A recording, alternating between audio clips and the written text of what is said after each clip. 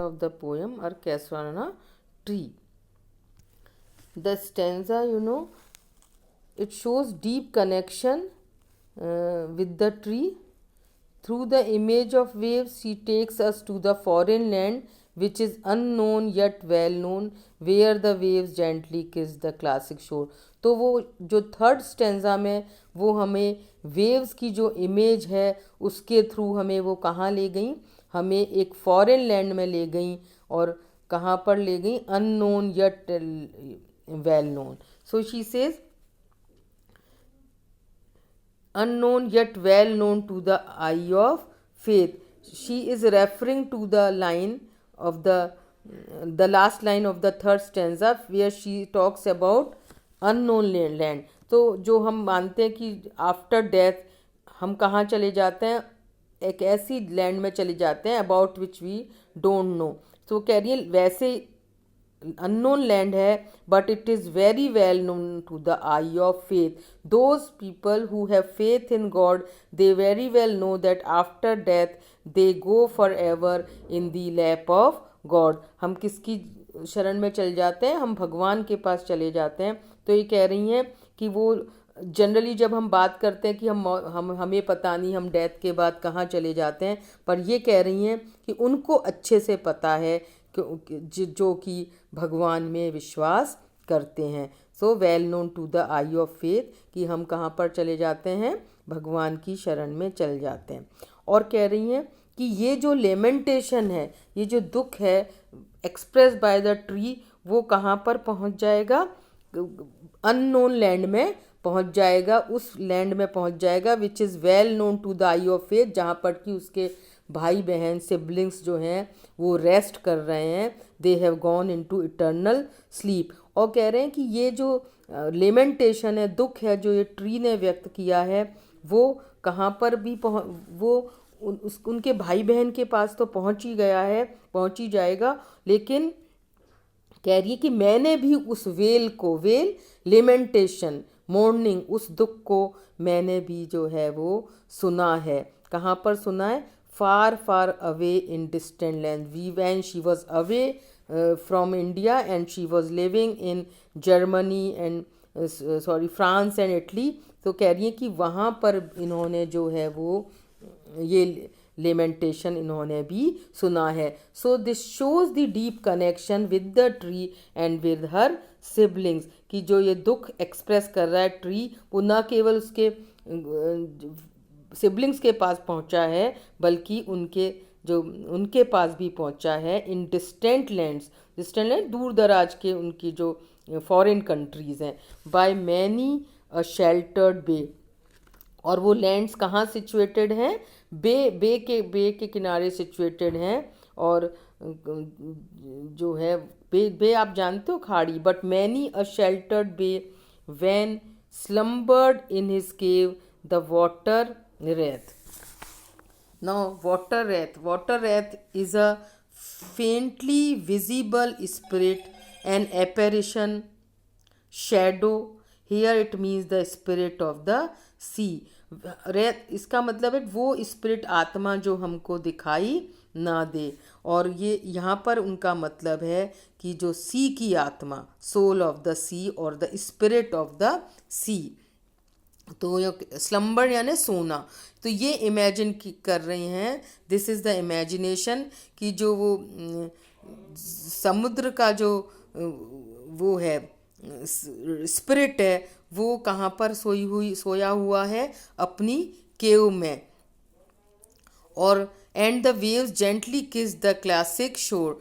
तो इन्होंने ये बताया है कि डिस्टेंट लैंड में जहाँ पर कि वो कहाँ पर बसी हुई हैं, कंट्रीज़ बसी हुई हैं जिस बे के किनारे, जहाँ पर कि केव में कौन सोया हुआ है, वाटर रेथ सोया हुआ है.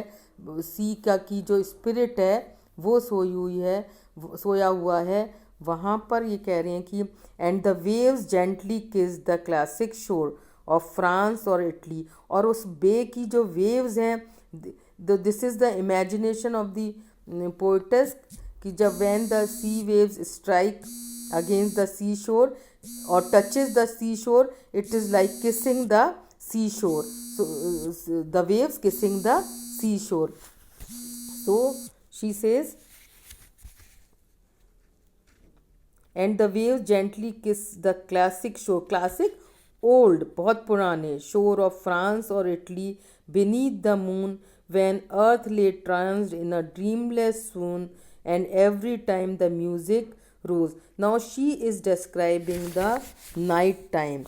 क्या कह रही हैं कि जब मून के नीचे फ्रांस और इटली जैसी डिस्टेंट लैंड्स और कंट्रीज़, वहाँ पर कि सब लोग सोए हुए हैं, यहाँ तक कि जो सी का जो स्पिरिट है वो भी सोया हुआ है अपनी केव में. और जब रात को when the waves touch the shore, वो तो ऐसा लगता है कि वो शोर को किस कर रही हैं. और वो सारा जो और कह रही है व्हेन अर्थ ले ट्रेंस होता है पूरी तरह किसी में एब्जॉर्ब हो जाना, लीन हो जाना. इन अ ड्रीमलेस सून होता है अनकॉन्शियस, बेहोशी. ड्रीमलेस सून आप she is suggesting the sound sleep. उसमें साउंड स्लीप जब हम लेते हैं तो हमें उसमें ना तो सपने भी नहीं आते हैं. तो कह रही हैं कि जब पूरी पृथ्वी पर लोग जो है वो किस में सोए हुए होते हैं, ड्रीमलेस स्वीन में, गहरी नींद में सोए हुए होते हैं. और जब मून के नीचे पूरा फ्रांस और इटली जो डिस्टेंट कंट्रीज़ है वहाँ पर भी जो है ये वेव्स जो जब स्ट्राइक करती हैं रात के टाइम सी शोर में, उस समय कह रही हैं she has also heard the well और the lamentation made by the tree. तो ये क्या सजेस्ट कर रही हैं, ये अपना डीप कनेक्शन शो कर रही हैं कि जब ये इतनी दूर होती थी इटली और फ्रांस में, तब भी इनको ये लेमेंटेशन ट्री का over the death of her siblings वो सुनाई देता था रात के समय, जब पूरी पृथ्वी जो है वो सोई हुई होती थी ये गहरी निद्रा में. Dreamless one here is it means deep sleep. तो जब ये कह रही हैं and every time the music rose, और during night time she is haunted with the memories of her siblings. उनको जो है उनके अपने भाई बहनों की याद आती थी और उनको ये म्यूज़िक सुनाई देता था. So she is showing the deep connection between the tree, her siblings and also her deep connection with the two. And कह रही हैं कि म्यूज़िक जो है उनको ये म्यूज़िक सुनाई देता था. और ये म्यूज़िक कैसा है, सैड म्यूज़िक है. Mine inner vision rose a form Sublime.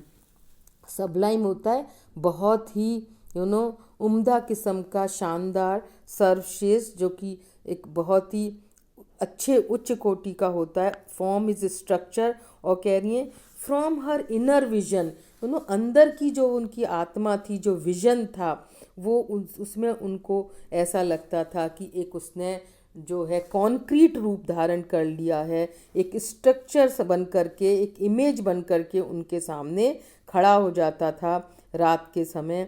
और कह रही हैं दाई फॉर्म, और ये स्ट्रक्चर किसका होता था, ट्री का होता था. दाई यानी यू, और फॉर्म मीन्स स्ट्रक्चर. सबलाइम बहुत सर्वश्रेष्ठ, very beautiful and having high quality beauty, not just the physical but also the beauty of the soul.